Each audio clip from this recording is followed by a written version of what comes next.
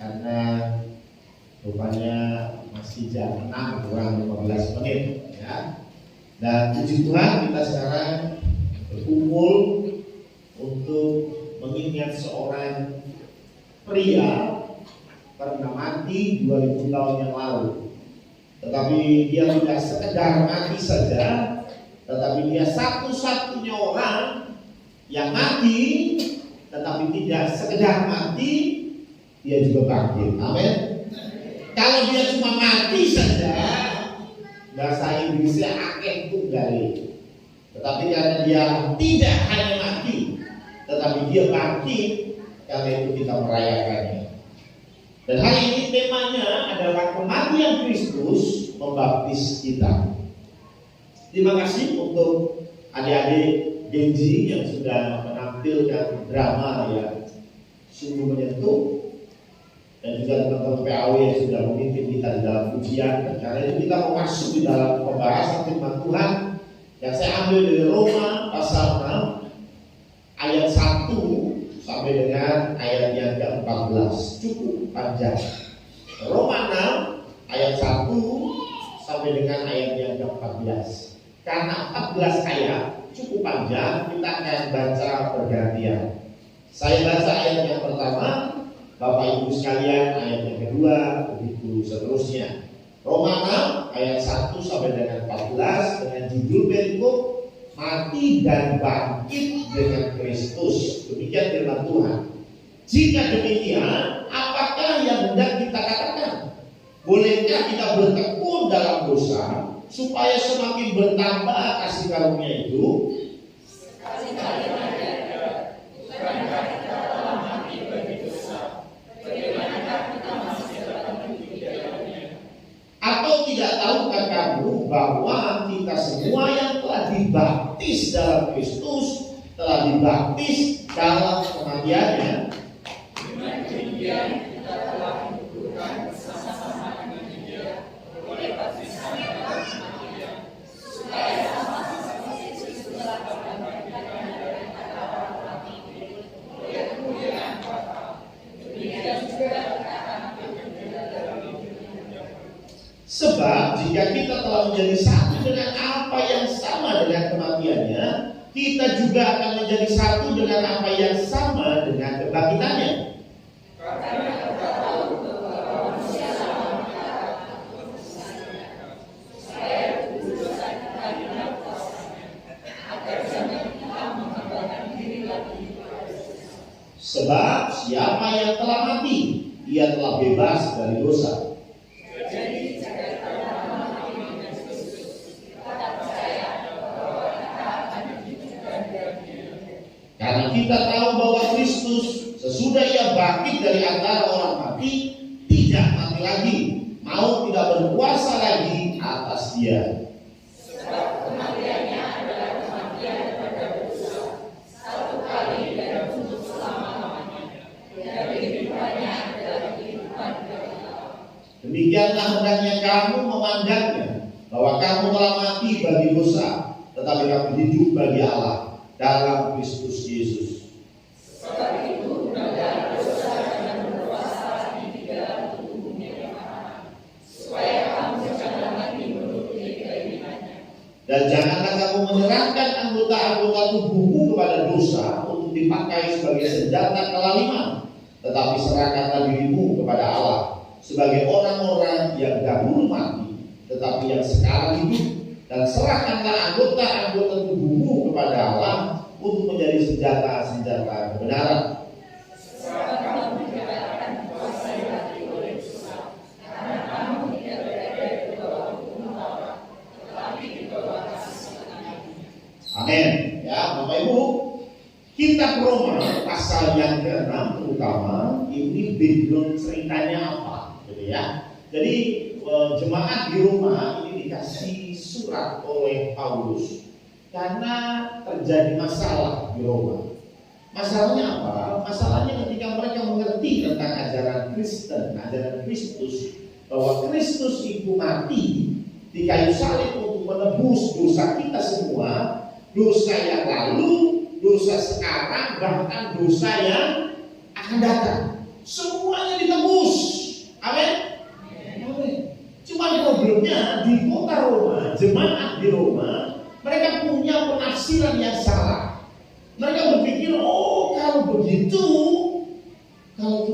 berdosa sebanyak mungkin, nggak apa-apa dong. Betul? Kalau kita berdosa sebanyak mungkin, sama saja. Kita nggak berdosa, maupun dosanya sedikit, maupun dosanya banyak, sama-sama ditebus, sama-sama masuk surga, sama-sama tidak binasa, sama-sama memperoleh keselamatan selama percaya kepada Tuhan Yesus. Karena itu mereka punya pemahaman yang salah, sehingga mereka hidup dalam dosa walaupun sudah percaya. Nah, karena itulah Paulus menulis kitab ini. Makanya di dalam ayat yang pertama dikatakan demikian. Jika demikian, apakah yang hendak kita katakan? Bolehkah kita bertekun dalam dosa? Bolehkah kita terus-menerus hidup dalam dosa? Bolehkah? Supaya semakin bertambah kasih karunia. Karena semakin banyak dosa, semakin banyak kasih karunia. Tetapi dikatakan ayat kedua, sekali-kali tidak. Karena kita telah mati bagi dosa, bagaimanakah kita masih dapat hidup di dalamnya? Paulus menekankan bahwa gak bisa begitu. Kalau kita bicara tentang hidup yang percaya kepada Kristus, maka kita bicara tentang kematian Kristus membaptis kita. Sampai di sini yang saya nggak bicara yang sudah baptis, karena yang sudah baptis pasti banyak. Yang belum baptis siapa? Yang belum, ada yang belum baptis? Supaya saya kasih tahu, oh belum, ada yang belum, oke ya, nggak apa-apa ya. Belum baptis, mungkin kita bingung apa itu baptisan ya. Yang sudah baptis pasti masih hafal atau mungkin sudah lupa. Saya baptis 30 tahun yang lalu di tempat ini juga ya. 30 tahun yang lalu saya baptis, dan baptisan itu adalah satu momen, satu ritual, satu acara yang menggambarkan kita hidup baru. Kita yang lama mati, dikubur. Makanya kalau di gereja kita itu pakainya selam ya. Karena dikubur, mati bersama Kristus, tapi nggak selesai, tapi juga bangkit. Manusia lama kita dikubur, tetapi manusia baru kita sudah datang. Ya, yang lama sudah berlalu, yang datang sudah hadir. Ya, yang baru sudah datang. Maka dari itu, bicara baptisan, ini bicara kematian. Baptisan bicara tentang diri kita yang lama itu mati. Makanya dalam ayat 3, ayat 4, dan ayat 6 dikatakan dikubur bersama Kristus. Dikatakan disalibkan kedagingan kita. Jadi kalau kita bicara tentang kematian Kristus, harusnya manusia lama kita sudah mati. Apa sih maksudnya mati? Sudah tidak berkuasa. Benar ya? Siapa di sini yang masih punya kedagingan? Saya masih punya. Kan kalau ada yang kedagingan, saya pengennya ganteng aku gitu. Ya, loh, wajar dong. Kita punya kedagingan itu wajar loh. Kita masih hidup di dunia. Tetapi problemnya, apakah kita dikuasai oleh kedagingan? Itu pertanyaannya. Ya, kita dikuasai kedagingan atau enggak? Atau kita yang menguasai kedagingan? Nah, kalau kedagingan itu ya selama kita masih punya daging, ya pasti ada. Karena jengkel sama hamba Tuhan yang di luar itu, ya. Karena mungkin dia lebih angkat-angkat yang pernah jengkel sama saya. Langsung angkat-angkat semua ya. Lu pernah itu kan belum tentu sekarang masih jengkel ya. Mungkin sekarang sudah gak jengkel, tapi dulu pernah gitu ya. Mungkin aku dulu pernah jengkel sama Mas Soyo. Atau kami gereja, atau kami awan. Ya, artinya setiap kita mungkin pernah jengkel dengan seseorang. Maka sama hamba Tuhan kita jengkel sekali. Pengennya datang komplain dan lain sebagainya. Tetapi ingat, apakah kita dikuasai oleh kedagingan? Ya. Maka dari itu dikatakan di ayat yang ke 11, 12 tadi dikatakan bahwa kita ini sudah tidak lagi tidak lagi berkuasa atas kita. Kita sudah punya kuasa yang daripada Tuhan. Karena kedagingan kita, manusia lama kita sudah mati, sudah dikubur, sudah disalib. Ini bentuk daripada kematian Kristus. Menarik sekali ketika kita lihat drama tadi, persis seperti itu. Bagaimana Mbak Ari, namanya tokohnya di drama itu, akhir Rina Nus ya. Jadi ada Rina Nus yang kemudian dihantui oleh dosanya, tetapi yang menarik ada satu tali yang mengikat tangannya. Betul? Ini dosa itu mengikat, kejahilan itu mengikat. Maka dari itu banyak orang pengen berbuat baik, pengen jujur, pengen berbuat yang sesuai dengan apa yang berlaku, norma-norma yang ada, norma-norma di lingkungan. Tetapi karena kejahilan yang dominan, kejahilan yang mengikat kita, dosa yang mengikat kita, maka kita tidak bisa lepas. Ada banyak tadi tulisan-tulisan dosa-dosa yang ada. Salah satunya pelit. Pelit. Kalau di sini yang kayaknya itu semua dosa sudah disobek sama Tuhan Yesus, ya satu itu belum. ya ketinggian ya dan lain sebagainya sudah beres semuanya. Satu itu yang belum ya. Pelitnya belum hilang ya, nggak apa-apa ya. Ya nanti minta Tuhan Yesus sobek biar semuanya tuntas ya. Tetapi ketika drama itu munculkan satu cerita di tali, ada banyak dosa, dan kemudian Tuhan Yesus menyobeknya, dan apa yang terjadi? Semua pendakwa tadi datang dan mendakwa Tuhan Yesus.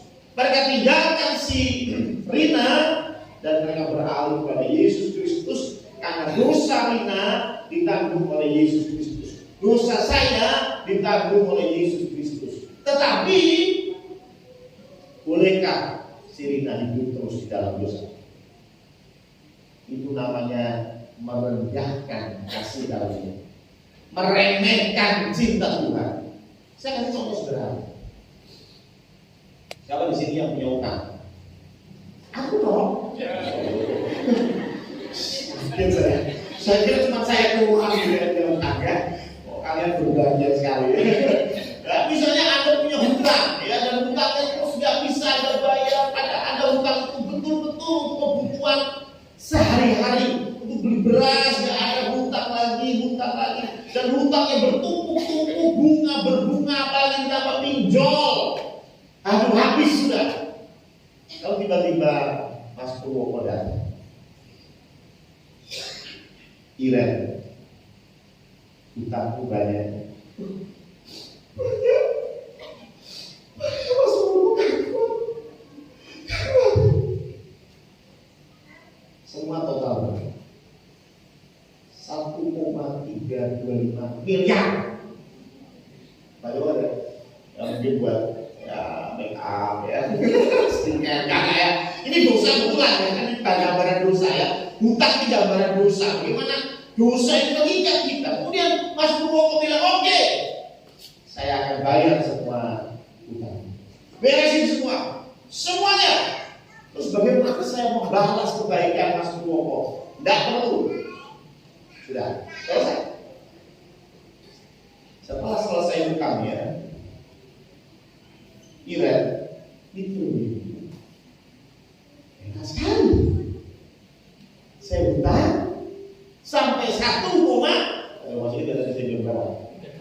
2,325 M, ya, 1.325.000.000 rupiah. Tiba-tiba lunas dalam semalam dibayari Mas Purwoko. Terus Iren bilang begini, akhirnya itu hutang lagi aja. Betul? Toh nanti dibayarin lagi sama Mas Purwoko. Saya mau tanya, cara pikir Iren tadi benar apa salah? Yesus mengakui. Seperti itulah ketika engkau sudah ditebus sama Tuhan, aku mau berpikir, ngerti gitu, gue dosa lagi. Toh nanti ditebus sama Tuhan Yesus lagi. Ini persis cara pikir, persis seperti cara pikir tadi.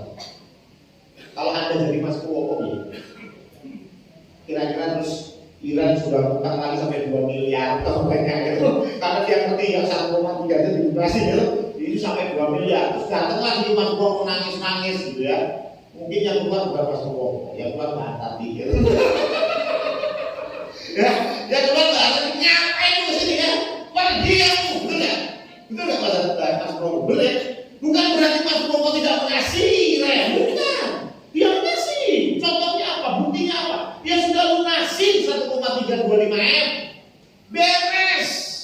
Tetapi karena Iren tidak mengerjakan kasih karunia dari Mas Bro, harusnya kita logika sederhana, harusnya apa yang dilakukan Iren ketika lunas hutangnya, Iren nggak perlu lagi cicil, dia nggak perlu lagi bayar bunga, artinya dia bisa mengelola keuangannya dengan lebih baik, betul nggak? Iren harusnya bisa mengelola keuangan lebih baik, sehingga dia tidak perlu lagi berhutang. Bahkan kalau perlu dia bisa menabung, bahkan dia bisa membantu orang lain. Setuju gak?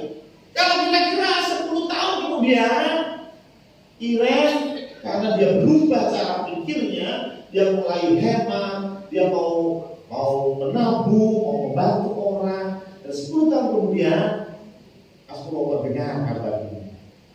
Wah sekarang Iren yang punya utangnya banyak, sekarang dia sudah punya rumah 3, yang 2 dia sewakan kepada orang-orang yang gak mampu dengan biaya yang murah. Dia suka berderma, bisnisnya maju. Saya mau tanya, Mas Purwo senang? Iren yang dulu saya bantu, betul kan? Yang dulu saya bantu, dia sekarang jadi berkah buat orang lain. Itu kita. Pertanyaannya, kamu mau jadi Iren yang mana?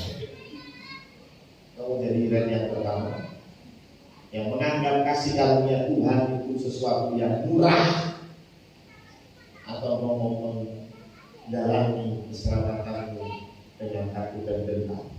Kita mengelola hidup kita sehingga kita tidak lagi masuk ke dalam dosa. Kita mengelola hidup kita sehingga kita tidak perlu lagi jatuh di dalam dosa. Kita pakai pikiran kita, otak kita, hikmat yang daripada Tuhan, supaya kita bisa berjalan seturut dengan apa yang Tuhan mau. Jelas, kalau kita sudah ditebus, kita mati bersama Kristus, dan kita juga harus bangkit bersama Kristus. Nah problemnya di sini. Kalau tadi saya sudah jelasin dalam Roma 6 ayat 1 sampai 14, ketika Tuhan berkata bahwa baptisan itu lambang kematian, ada dikubur, disalib, kedagingannya hilang kuasanya, dan dikatakan di ayat 11, 13 dan 14. Coba kita buka 11, 13 dan 14. Dikatakan bahwa demikian kamu memandangnya bahwa kamu telah mati bagi dosa, tetapi kamu hidup bagi Allah dalam Kristus Yesus. 12. Kamu hendaklah dosa jangan berkuasa lagi dalam hidupmu yang fana, supaya kamu jangan lagi menuruti keinginannya. Dan ayat 13, sekarang hidup dan serahkanlah anggota-anggota tubuhmu kepada Allah untuk menjadi senjata kebenaran dari Tuhan. Bilang melalui Paulus di surat Roma pasal 6, dikatakan bahwa jangan kamu menyerahkan anggota tubuhmu kepada dosa untuk dipakai, tetapi serahkanlah tubuhmu kepada Tuhan untuk dipakai. Sama-sama dipakai. Permasalahannya siapa yang pakai? Tapi syaratnya tidak hanya mati, tetapi juga harus bangkit bersama Kristus. Nah, ini yang saya lihat ada problem di sini. Problemnya apa? Banyak orang Kristen mati bersama Kristus, mati, tapi tidak bangkit. Mati bersama Kristus, yes, tetapi tidak bangkit. Apa maksudnya tidak bangkit? Ada Tuhan minta, ayo habis mati bangkit, karena ketika kita bangkit, maka anggota tubuh kita ini akan dipakai oleh Allah untuk apa? Kemuliaan Tuhan. Betul ya? Ini dari firman Tuhan bilang. Tetapi problemnya kita tidak mau bangkit. Kenapa? Karena kita masih di dalam drama session pertama. Saya nggak tahu ketika itu Mbak Ali di sini dan 4 orang muter-muter, ya. Saya punya pandangan ini seperti para pendakwa kita. Wahyu 12 menuliskan ada para pendakwa kita yang mendakwa kita siang dan malam. Apa sih mendakwa kita? Dia selalu mengatakan, kamu tidak layak di hadapan Tuhan. Kamu tuh berdosa. Gak ingat tak kamu pernah berzina? Gak ingat kamu pernah mencuri? Gak ingat kamu pernah pelit? Ini semua mengingatkan kita terus supaya kita gak bangkit, supaya kita tetap mati, tetap ada di bawah. Dan ini terjadi banyak dalam kekristenan. Contoh yang paling saya lihat ada di dalam Lukas 15 ayat 17 sampai 23. Lukas 15 itu bicara tentang anak bungsu yang minta warisan. Saya yakin di antara kita pasti sudah apa cerita itu, ya. Jadi ada seorang anak bungsu, dan dia minta warisan kepada bapaknya, dan ketika dikasih warisan dia pergi. Ketika dia pergi, dia berfoya-foya menghambur-hamburkan uang dengan teman-temannya sampai habis duitnya. Terus dia kerja di peternakan babi. Dan dia kelaparan, bahkan dia mau makan makanan babi itu pun tidak boleh. Nah ini ayat 17 saja, kalau usah dari awal, ya. Saya yakin ceritanya kita semua masih ingat. Kalau mau cerita kulitnya silakan baca di rumah. Lukas 15 ayat 17 dikatakan begini, lalu ia menyadari keadaannya. Katanya, betapa banyaknya orang upahan Bapakku yang berlimpah-limpah makanannya, tetapi aku di sini mati kelaparan. Aku akan bangkit dan pergi kepada Bapakku dan berkata kepadanya, Bapa, aku telah berdosa kepada surga dan terhadap Bapa. Bagus ya? 19. Aku tidak layak lagi disebut anak Bapa. Jadikanlah aku sebagai salah seorang upahan Bapa. Saya stop di sini. Banyak di antara kita ketika kita masuk di dalam kekristenan, kita percaya kepada Kristus, kita dibaptis, kita mati bersama Kristus, berhenti sini. Kita berkata bahwa kita tidak layak disebut anak Bapa. Kita tidak layak. Kita merasa nilai kita itu rendah karena kita sudah berdosa. Ayo, saya tahu kita sudah berdosa. Saya pun berdosa, Anda pun berdosa. Anda pernah lakukan hal-hal yang tidak baik, saya pun sama. Betul kan? Tetapi kemudian iblis tidak mau membiarkan kita bangkit. Iblis maunya kita tetap mati, tetap ada di kuburan, tetap ada di salib, sehingga tidak bangkit dan tidak bisa dipakai oleh kerajaan Allah. Kita seperti anak bungsu yang kemudian berkata, aku sudah bau babi, karena kerjanya di peternakan babi. Saya sudah bau babi, saya sudah habiskan uangnya Papa, saya sangat berdosa pada Papa. Saya tidak layak disebut anak Bapa. Ayat 20, maka bangkitlah ia dan pergi kepada bapaknya. Ketika ia masih jauh, ayahnya telah melihatnya. Lalu tergeraklah hatinya oleh belas kasihan. Ayahnya itu berlari mendapatkan dia, lalu merangkul dan mencium dia. Kata anak itu kepadanya, Bapa, aku telah berdosa terhadap surga dan terhadap Bapa. Aku tidak layak lagi disebut anak Bapa. 2 kali dia bilang. Dia bilang aku gak layak. Dan ini yang kedua dia bilang aku gak layak. Ayat 22.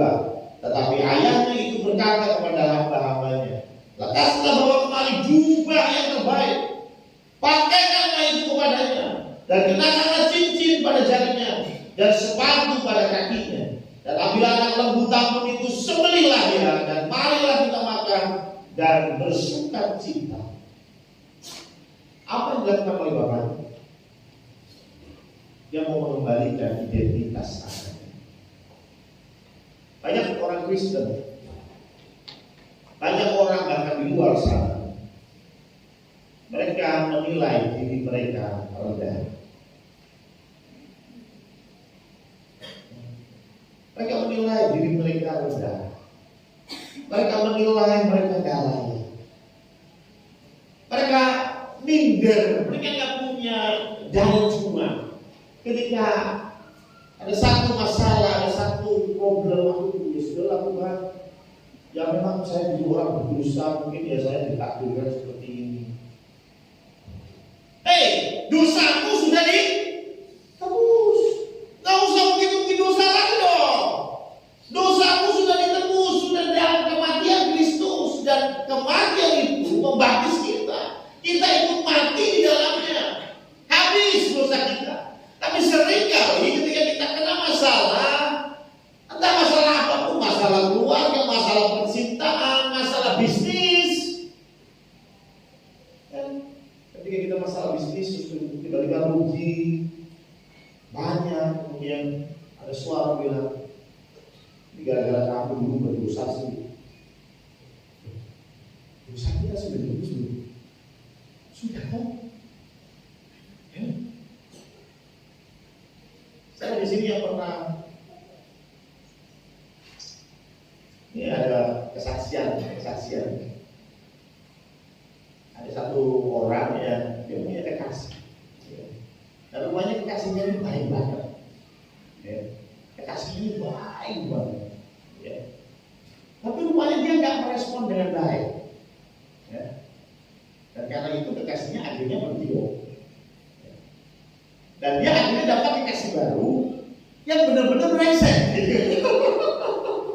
Kemudian dia berpikir, mungkin ini gara-gara saya dulu tidak menghargai kekasih saya yang sebelumnya yang baik itu, makanya buat pertemukan sama kekasih yang model yang gitu. Betul kan? Kadang-kadang kita punya pemikiran seperti itu. Paham ya maksud saya? Ketika kita berbisnis, dulu kita nakal, dulu pakai nota yang kosong, kemudian ketika besoknya Tuhan balik keadaannya dengan kondisi kita jadi bos dan anak buah kita yang ambil duit, kita bilangnya apa? Mungkin ini dosa yang dulu. Seks benar loh. Hello, dosanya sudah ditebus belum sih? Sudah loh. Kita nggak menganut sistem karma loh ya. Kita nggak menganut sistem karma. Kalau kita berbuat baik, nanti ada yang berbuat baik sama kita. Kalau kita berbuat jahat, akan berbuat jahat pada kita. Enggak, kita nggak gitu. Ya, ketika kita sudah berbuat dosa, kita sudah minta ampun sama Tuhan, dosa sudah kita bereskan. Kematian Kristus sudah membaptis kita. Pertanyaannya, you mau bangkit ya? Apakah kamu nyaman dengan mati bersama Kristus saja? Sehingga ketika kau mendapatkan sesuatu yang buruk, kau berkata, ya, aku memang orangnya begini. Maksudnya begini itu, ya saya banyak salah, banyak dosa yang mungkin dihukuman kepada saya. Betul kan? Kadang-kadang kita berpikir, hello, sekali lagi, ayo bantu. Ada banyak orang yang menilai dirinya itu rendah. Ada banyak orang yang menilai dirinya rendah. Banyak perempuan-perempuan yang pakai baju all you can see everything ya. Ya, you can see everything ya, nggak cuma you can see doang, you can see everything ya. Saya mau bilang apakah dia menghargai dirinya? Menurut saya tidak. Kalau dia menghargai dirinya, loh, pernah datang ke toko baju awal-awal gitu, kan? Yang hubungan gitu ya, wah ya diskon ya 75%. Wah, itu jangan pernah khawatir. Pasti saya salah satu yang ada di situ ya. Kan diskonan juga ya. Wah, diskon 75%. Oh, itu bajunya masih ditumpuk karuan everybody can touch it ya. Bisa ambil, bisa pakai, bisa pegang ya. Semua bisa pegang. Tapi pernah lihat baju yang mahal? Oh, nggak semua orang bisa lihat, ya. Nggak semua orang bisa pegang, ya. Akan mungkin ditaruh di lemari khusus, ada gemboknya, ada penjaganya, ya. Kalau emang berminat mau beli, harus pastikan dulu duitnya cukup, ya. Kalau oke, bisa buka gemboknya, lihat dari dekat, nanti jangan disentuh. Ya. Kenapa ini mahal? Banyak di antara kita memandang harga diri kita itu rendah. Padahal ya, Tuhan mati buat kita yang kita peringati hari ini bukan untuk membuat kita jadi budaknya Tuhan. Tuhan mati supaya kita jadi anaknya. Amin. Sekali lagi bilang, jadi apanya? Anaknya. Bukan jadi kacungnya, bukan jadi suruh-suruhannya Allah, tetapi jadi anak Allah. Barang siapa yang percaya kepadanya akan diberikan kuasa untuk menjadi anak-anak. Terkadang kita terlena dan terus tidur, terus mati, terus terkubur. Ayo bangkit. Gimana salah satunya? Ayo masuk di dalam pelayanan. Siapa di sini yang ketika dimasukkan di dalam pelayanan masih berpikir bahwa aku nggak layak? Ada? Oh Tuhan, aku nggak layak. Hidupku masih belum benar. Tadi itu mungkin semuanya dari sobek, cuma pelitnya yang belum, ya. Tuh, ketika aku berkata aku nggak layak, semua kita sebetulnya tidak layak. Tapi kita semua sudah dibaptis oleh kematian Kristus. Karena itu Tuhan mau kita nggak cuma mati bagi Dia, tetapi kita juga harus bangkit bagi Dia. Kita bangkit supaya kita dipakai untuk memuliakan nama Tuhan. Siapa lagi? Belum. Ya, ini kurang keras ini kayaknya. Siap melayani? Siap. Jangan cuma mati, tetapi hari ini kita ingat bahwa kita pun harus bangkit bersama Kristus. Amin.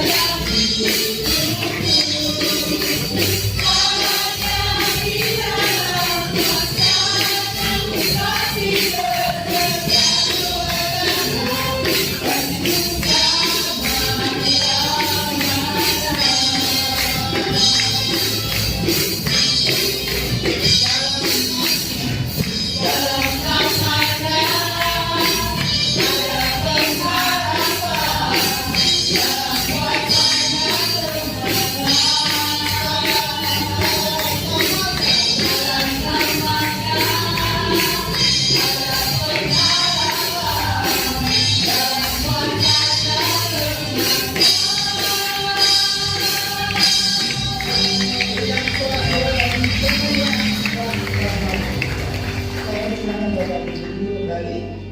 Ibu Arti akan memimpin kita mengucap syukur untuk kebenaran firman Tuhan sekaligus berdoa syafaat. Shalom Bapak Ibu, selamat malam. Mohon waktunya sebentar. Ada beberapa poin yang perlu mendapatkan perhatian buat kita semua. Besok hari Sabtu tanggal 30 Maret 2024 pukul 15.30 ibadah Paskah JKP. Adapun yang bertugas ujian Saudari Alin, Saudari Keira, dan Saudari Bina. Musik Saudara Marcel, Saudari Laura, Saudara Ino, dan Saudara Gavino. Untuk firman Tuhan akan disampaikan oleh Pendeta Samuel Priyotono.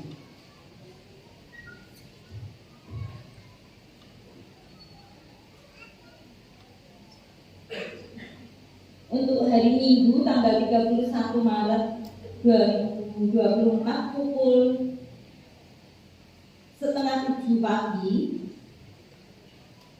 di mana ibadah sore akan digabung dengan ibadah pagi.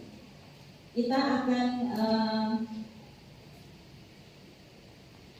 melakukan ibadah istimewa yaitu ibadah Paskah. Adapun yang bertugas adalah sebagai berikut.